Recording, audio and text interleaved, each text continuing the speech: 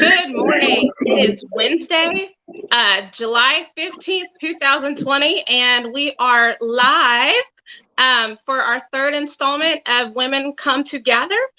Today, we're going to talk about all things nonprofit and fundraising, and I have some amazing friends here that are going to chime in and give some insight. So, if you are a fundraiser, if you are a donor, if you are a development officer, you need to pull up a chair or get on your telephone and log in and watch this and share it with everybody you know so that we can figure out the recipe to make sure that all of us are successful and thriving within our industries. And with that, I want to introduce you to our moderator this morning, my beloved friend, Christine Gronwald. Hi, good morning. Hi, good morning. Thank you, Adora. I'm going to give just a little bit of background about myself, and then we will talk to and meet our other speaker for today. So I am the chapter president of AFP, which is the Association of Fundraising Professionals.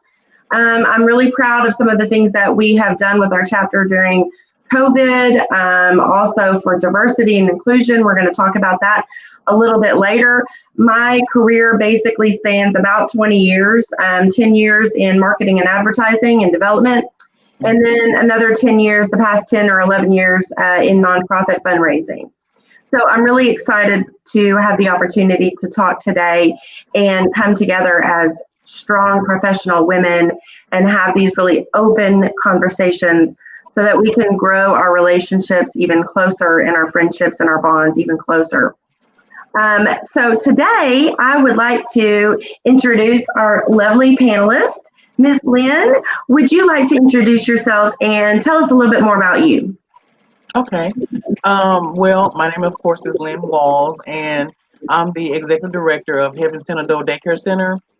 I've been in Arkansas all my life. I have been in healthcare for the past 26 years, and I have been under the State Board of Nursing for the past 14. And I decided at one point in my life that I think I need to do more for the elderly. You know, they needed more care, they needed more structure, they needed more hands-on activity from us professionals, you know. And so when we decided to open up the adult daycare center, it gave us the opportunity to not only be in the physical realm of it, but the emotional, mental, and even socioeconomic when it comes down to buying medications and things like that. So that's been the one thing that I kind of thrive with, you know. So that's pretty much what we're doing right now.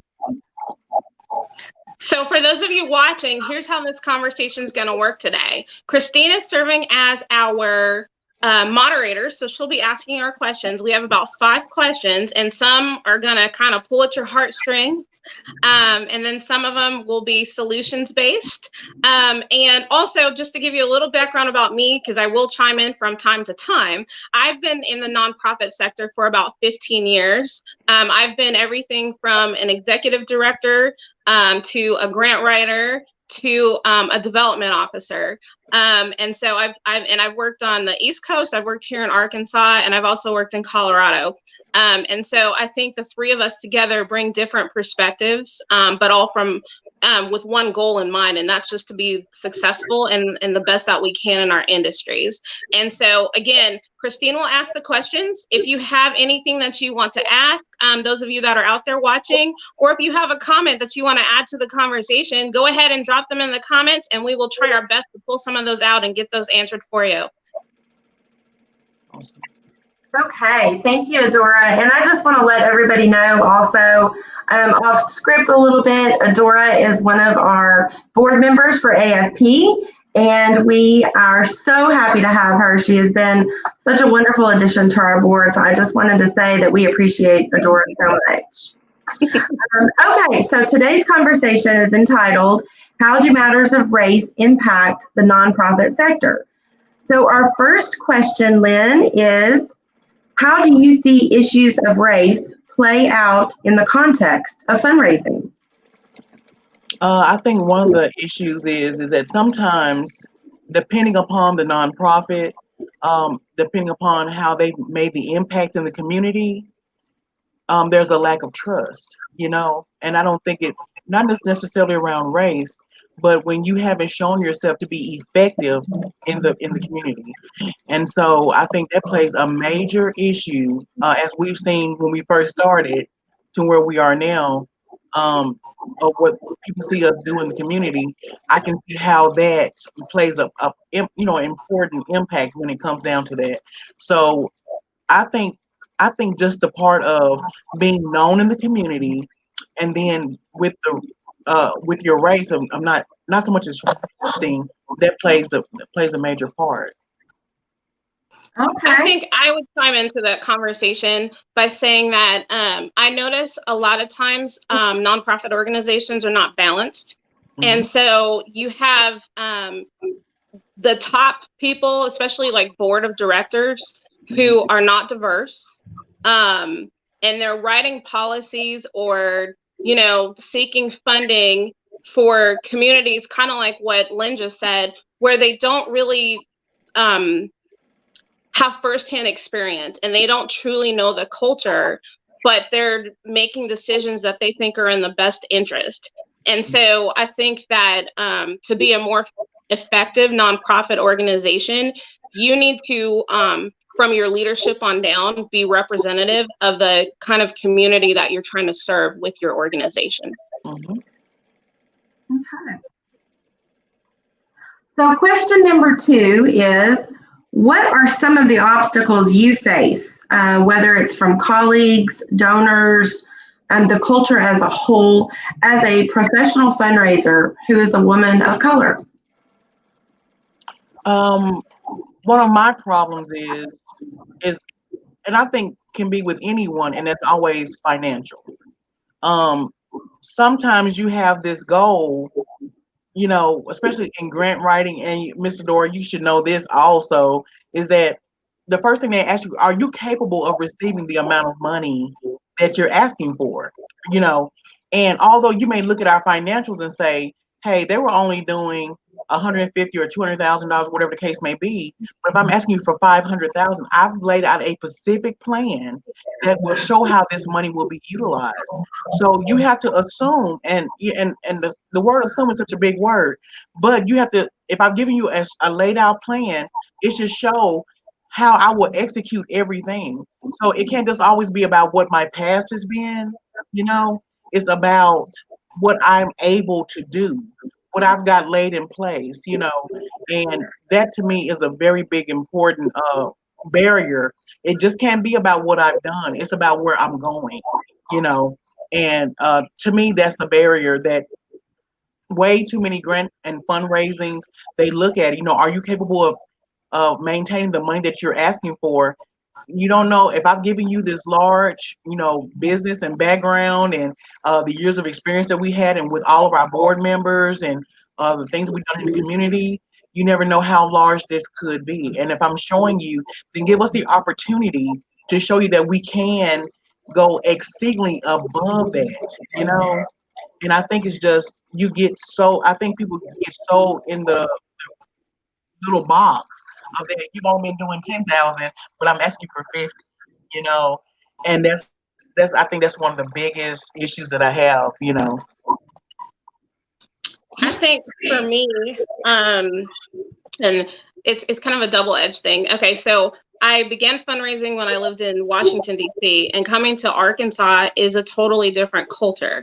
And Mhm. so I think I came to Arkansas with preconceived notions about people's perceptions of people of color. And so I have been very blessed when fundraising here in Arkansas that I've never encountered like an issue that had to do with my race, like when I was Mhm. trying to seek funds, or if I was doing an event, or if I was meeting with board of directors. Everybody's been beyond kind to me. They've bent over backwards to be helpful and forthcoming with information. I've sought out mentors who've been receptive and helping me and training me. But in my mind, before I get to those places, I'm always fearful, especially like I think about working out of college. What if it's a family with old money and they don't particularly care for Black people. Like, am I going to affect our company's ability to get money from that donor? Am I, like, I kind of question myself, am I the right person to go and ask for this money, or, are they going to be put off by that? And like I said, I've never encountered it, but I think there's just that stigma of the culture in the South and in Arkansas. And then especially as of late with everything that's been happening, those insecurities have begun to surface again. Okay. So it sounds like it affects your self-confidence. Yes. So, and like I said, I've been very blessed that I have sought out mentors within the industry, even becoming a member of AFP, and some of our donors and some of our board members, where I've pulled them aside and I didn't tell them my insecurities, but I said, hey, can you introduce me to your friends, or or can I practice my pitch on you so that I could feel more comfortable going into those settings where I didn't know anybody and I didn't know the background and I was the only Black girl in the room. I think, and one example I'll give you too is last year I was told to go to Conway to pitch an event on behalf of our organization. And I showed up to this, it's for a car show was the event. So first of all, you have to think about people who go to car shows, and it's typically not people of color. So I walk into this room and there's 200 people in the room. There were, I think, maybe 4 people of color. And most of the people in the room were men over like 50. And I had to go to the front of the room and I had 2 minutes to pitch my event. And that is beyond intimidating, but I sucked it up and I went up there, and I definitely was probably one of the most memorable of the presentations in the room. But it's just that like apprehension that you get initially. And I think that's part of why we're talking today, because there is such a stigma. And all of those things are starting to come to the surface right now because of the times that we're living in and the issues that we're addressing right now. And so I'm glad for these talks too, because I hope that will, one, awaken something in other fundraisers that kind of feel the same way that I do. But also then, Christine, you and I are really good friends, that it will also motivate you and other people to continue to encourage us, so that we can put those negative voices in the back of our heads to sleep. I want to be a friend too. I want to be friends. Of course, you're part of the clique now, girl. That's funny. Okay, so question number 3. What efforts are local organizations making to assure women of color have strong mentors and sponsors? And before we go to Miss Lynn, I've been asked to kind of talk about AFP and what we do specifically. So AFP Global it's an international organization. We have 2 chapters here in Arkansas, and we have the Arkansas chapter, for which Adora and I are members, and then there's a Northwest Arkansas chapter. But Global kind of sets many of the policies, a lot of the direction, encourages us and gives us topics and things that we should strive for, and we all kind of work together and work with other chapters. And one of the things that AFP Global has started over the past several years, and they've taken it a step further, I feel like, this past year, is something in the past it was called Friends of Diversity. And each chapter, in order to get kind of a certification or a seal of approval, so to speak, we had to meet certain criteria. So we had to make sure that our speakers for our education sessions, that we had some diversity, that we were making efforts to have diversity in our education sessions as speakers, topics, certainly diverse on our board within our members. Are we reaching out to everybody and not just one group? They have since taken that initiative and built it up even more and given us tools to think about and training. They've now called it IDEA, which stands for Inclusion, Diversity, Equity, and Access. So AFP Arkansas chapter has certified as an IDEA champion. We actually have an IDEA committee who anyone is welcome to join that. And again, that is just an opportunity for us to make sure that we are trying to include everyone in the nonprofit sector, whether that's male, female, Black, white, all nationalities, and even outside of just the race issue, people who are maybe hearing impaired, sight impaired, have physical challenges. So for me personally, it has really kind of drawn my focus to little things like during our education sessions, is it something that everybody can see very clearly? Do they have physical access? Are they able to get to their chairs easily? Is our audio very clear? Have we promoted this out to a very large community of anybody who would like to attend? Have we made it affordable and available for anybody to attend? Large organizations, small organizations. So that's kind of what we're doing in AFP, and we continue to work on it and strive to get better. So, Ms. Lynn, I would love to hear about what you think about that. Honestly, I have been limited when it comes down to anyone in the mentorship in that sector. I have reached out to different persons. I've been unsuccessful, but I don't feel like I'm downtrodden or anything.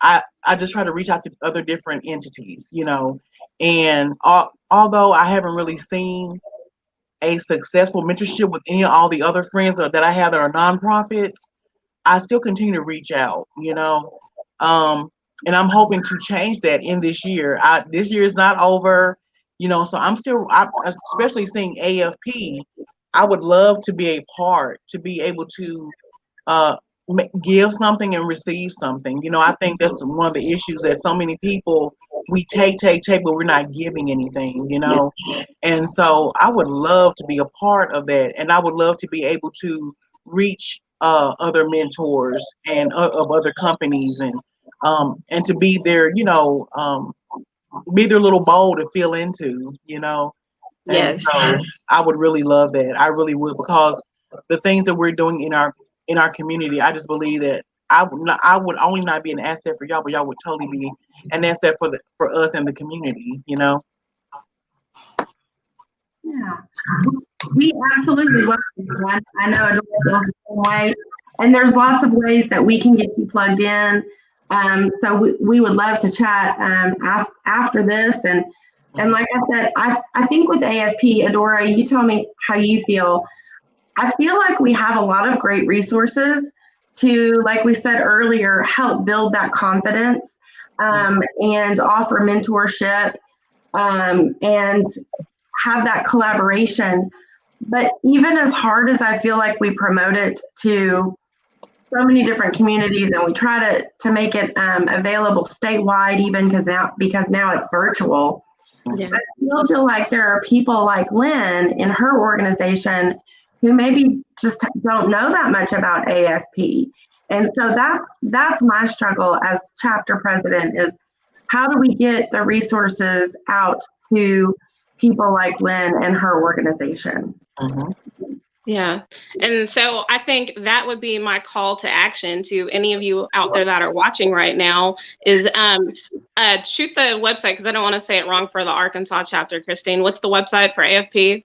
ARKAFP.org, I think. I'm going to double check. Okay, so we'll post it in the comments, and I'll make sure that I put a graphic up when we merge this together. But yeah, AFP is a great place to start. And what I appreciate most about it is that, and we're continuing to build the database, but it approaches the fundraiser from a holistic approach. So not only do you get that personal professional development, like on how to do your 2-minute elevator pitch, or how to write your opening statement for a grant proposal that you're working on, but they also connect you with like-minded organizations. We have an amazing mentorship program, and then also we're very receptive. So if there's resources that you need, that we don't have, we will look for them and do what we can to provide them. And also, if you have stuff that you want to add to the vault, we are always happy to take it, because we, again, want everybody to be successful in what we do. We don't need to compete with each other. We all deserve a piece of the pie, right? Right. Yeah. Totally. Yeah, I was totally wrong on that on the website. So I put it up in the chat for everybody. Okay. You're funny. You said I was totally I put wrong. you on the spot. Sorry. Thank you. I would definitely look at that after our presentation. We would love that. Okay, so question number 5. What are ways we can work together to be more inclusive and to ensure the success of Black professionals and other minority-led nonprofits in this industry? And I think we just touched on it a little bit, but can we go a little deeper on that? What can we do to help you? I think, and it's not just you helping us, but how I can help you also. We should always have an open line to find out what services we offer, what services you all offer. You can't help anyone if you don't know all that they offer. And then, of course, with communication, I would love personally to be able to speak with someone every week or maybe every 2 weeks, virtually, and come together. I should be bringing someone to the table of another nonprofit. I just met with some nonprofits last night, okay, and they have a really, really good, really, really, I mean, just an awesome mission, to help the community. So we should be bringing someone of all ethnicities, all races, to the table, so that way they can see all this that you presented. And I just think it would be an awesome thing to, if you said, Lynn, hey, can you find 3 nonprofits this week? How that circle would grow, and all the variety of skills that everyone has, and how we could help each other. It's just about bringing everybody there. That's how we'll help each other. And one thing I think is challenging in Arkansas is that it seems like we're all dipping into the same pot of funders. Yes. And so I think that's another thing. And I feel like if you're not a part of like the in crowd, for lack of a better word, you don't even know who those funders are, That's true. And so I agree with you, Lynn, what you're saying about bringing other people to the table. I know so many worthy nonprofits that are barely, breaking even at the end of the year, and it's because they don't have those connections with other people. And so that's something that I charge myself with, but I also charge those of you out there watching, especially if you're more seasoned, to bring them to the conversation. Ask them if you can look over a proposal that they've sent, or look at or invite someone to a networking event that you do with your organization, just to observe, so they can see how you establish those relationships. Because a great percentage of successful donations, and especially like when it comes to annual giving and things of that sort, it's relationship based. But how do you build a relationship with someone if you don't know them? That's right. Or you can't step outside your circle of 8 to grow it to 20 or 30. Agree. That's a really good point. And I really like what Lynn and actually you both said, is that we come together to help each other. It's not just one-sided, but we come together. And I think that goes back to us talking about bringing a more balanced approach to everything. I may know a lot about helping to build awareness of your nonprofit, but Lynn, you may know a whole lot more than I do about writing grants, and like Adora said, which funders I should try. So I think that's a really excellent point. Now, I do want to say, someone in the comments said board members are chosen based on their ability to raise and have access to funds. And while Ooh, where'd she go? Did we lose her? We lost her. Where'd she go? I don't know. I wonder if she'll jump back on. But when she jumps back on, let me elaborate on what she was saying. A lot of times when people are grasping board members, not only just for the work or for their skills, but sometimes they're not able to give all that they want to give. You know, I have a wonderful board. Oh, here she comes. Okay. You gotta love technology, I swear. I didn't mean to. Do you want to go first, and you want me to finish after? Oh, well, no, I was just saying. I was kind of piggybacking off you when it came to board members. I mean, I have, like, for instance, I have a really great board member, but he cannot give me the time that I need. You know, Mhm. I mean, this is a man who has literally been, um, in every large university, Grambling, all these large universities, has been over tons and tons of monies and grants and things like that. He is the biggest asset that I've ever had, but he does not have the time to give us, the way he really wants to. Yeah. He always, of course, shares money. He always shares, his wealth of knowledge, but the time essence is just so minute. And I find that with more board members, it's not just so much that they don't want to get out there and help or do. It's just the time, and that's what I want, someone who has the time to be able to put that in. Right.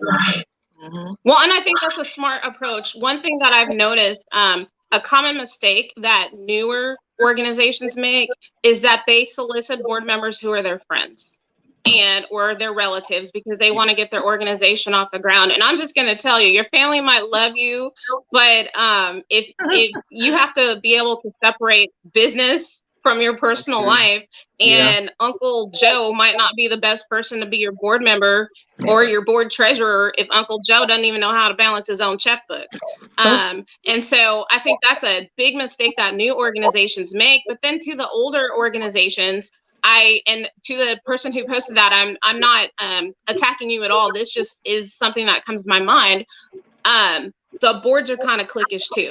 And so while I understand that it might be homogenous because of ability, there are plenty of people from diverse backgrounds that are just as capable of being a really good board member and might even answer the call and be more honored to be a part of your board simply because they were asked. You have people of all races, abilities, and backgrounds who are in finance that could be your treasurer, who are great networkers. You need to be able to identify what the responsibility is for those board members, and then see people who can answer that call, but they shouldn't all look alike, and they shouldn't always be your friends. Mm-hmm. I agree. Yeah, that's a really good point. And not only should they all not look like you, but they shouldn't all be from the same industry either. Mm-hmm. That's something that we talk about a lot, is building your board management. That seems to be something that comes up amongst nonprofit fundraisers over and over again. And to what we were just saying, back to that point, not always choosing people who may come from means or may work for this very very expensive company that has a lot of money and puts a lot of money into the community. Not everybody has to give as a board member, but what else do they bring? Do they bring contacts in the community? Yes. Do they bring do they have a real presence, and do they have a really strong work ethic? Do they really believe in your mission? To me, all of those things are as important as them being able to write a check. Mm-hmm. That's true. Okay, so do we have any questions? Has anybody noticed any questions in the comments? I think we kind of answered some of those. I did put a link to both the AFP website and the AFP Facebook page if anybody wants to check that out for more information. So while our conversation here today has been really great, I feel like we've kind of just, hit the tip of the iceberg, so to speak. In the reconciliation process, action is what will ensure that reconciliation happens, right? Mm-hmm. So with that, I have some homework for everyone. I'm ready. So this is actually for our panelists as well as our viewers today. For our professionals in the industry, I want you to make a list of the top 3 people in your network and then identify someone who has similar goals but is from a more diverse background and invite them for a virtual lunch or coffee, attend a virtual workshop together. For our donors watching, find a minority-led nonprofit organization that supports some of the causes that you love and contact them to learn more about how you can offer your support. So that's our homework, and I want to hear back from everybody who they met with and how it went and what they learned, because that's, to me, that's the biggest thing, the biggest takeaway from today is what are we learning from each other? Yes. And so I do have a great friend. Her name is Supa Mays. She is the founder and president of Inclusion Magazine, but she's also a big philanthropist. She has a huge heart and she's always giving and supporting donations. And she couldn't participate today, but she did send some final notes of advice from a philanthropist perspective. So if we could get that graphic up, let's review those really quickly. While you all stare at me. And we're still staring at me, but that's okay. It's hot here. It's supposed to be 106 today, I think. So I think I'm going to go get in the swimming pool. What are you all planning to do?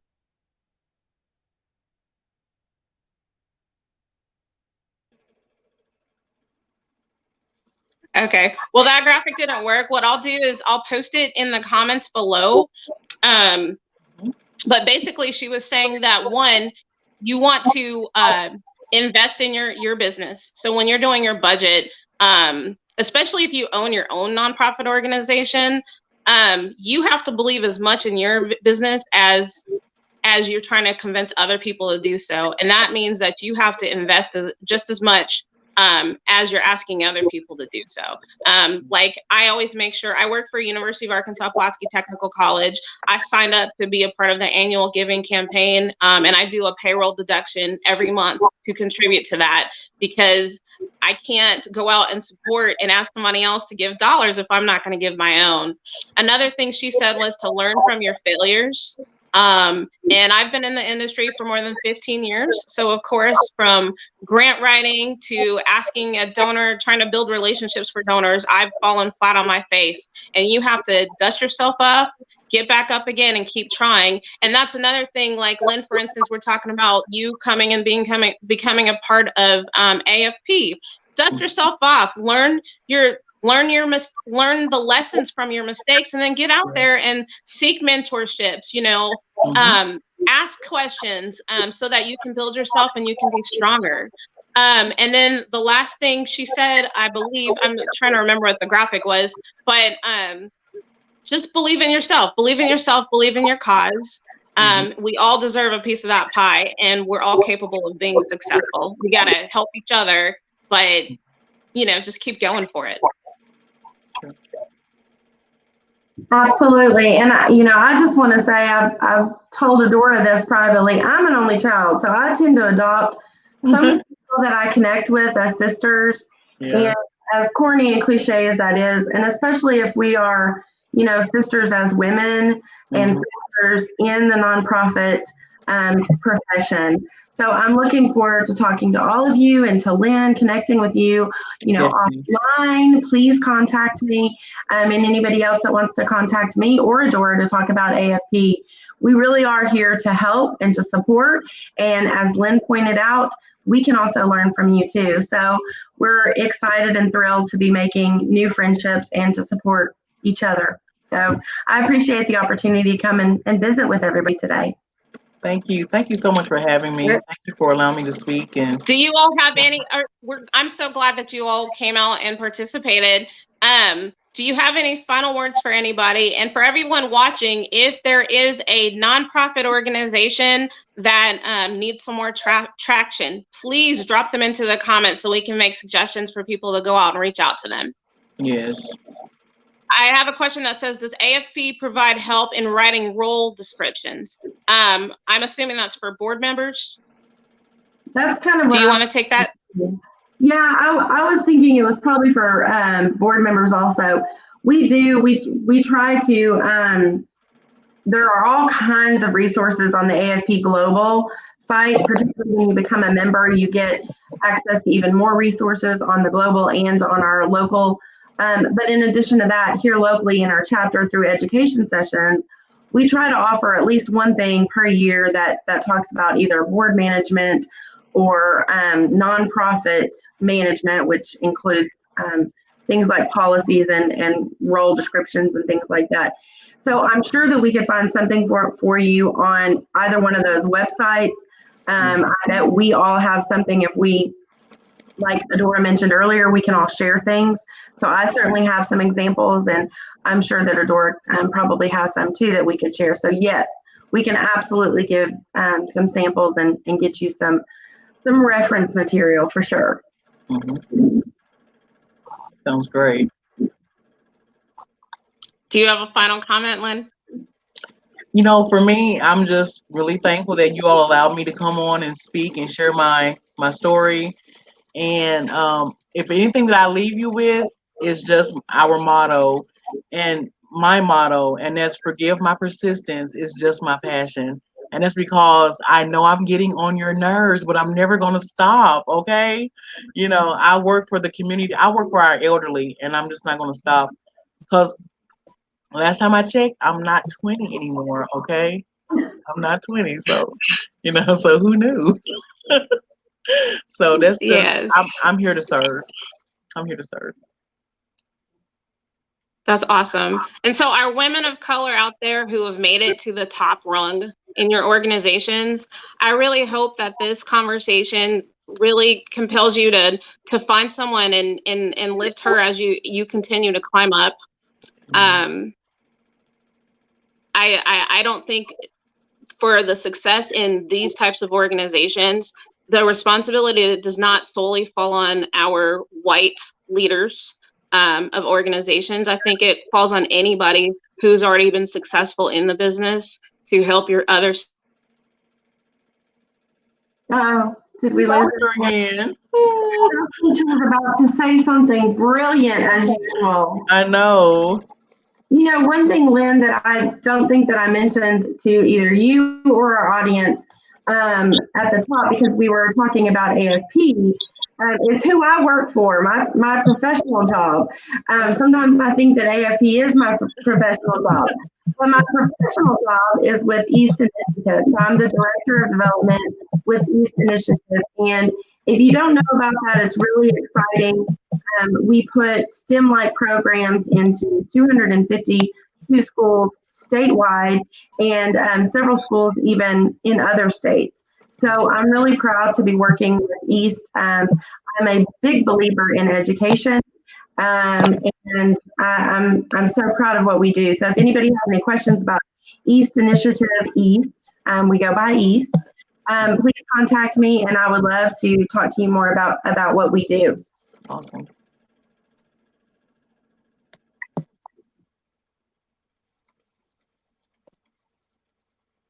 Can you hear me? Am I frozen? You're not frozen. Oh, it was like, you know, so am I frozen? Adora, you were saying something before you got kicked off. Oh yeah, just technology is not my friend today. I don't even remember my train of thought. Pray for me. I'm just really grateful that you all were here. And like I said, the responsibility does not fall on one group. It falls on all of us to help each other be lifted as we climb. That's all. Well, and I thank you, Adora, for kind of leading this charge. These Wednesdays have been incredible to watch. It's boosted my confidence. It's boosted my feeling connected to other women. You know, we're not always connected as far as, or feeling confident as far as knowing what to say or the right thing to say. And I know I've shared that with you before, Adora. So I appreciate you opening these conversations up for us to talk candidly, openly, and lovingly. So thank you for that. Lovely. Thank you. And with that, I will tell you all to join us back next week at 9 o'clock. We're talking about education, and I'm telling you, you do not want to miss it. If you are an instructor in a college, if you're a teacher in a school, if you have kids, you definitely want to be here, especially since we're trying to figure out with COVID what school's going to look like going forward. And we want to make sure that we don't forget the major issues at hand in that conversation. So it's going to be really hot next week. Hot topic, some passionate speakers. You don't want to miss it. Awesome. Thank you all for joining us today. Thank you. Have a wonderful day. Y'all too. Bye.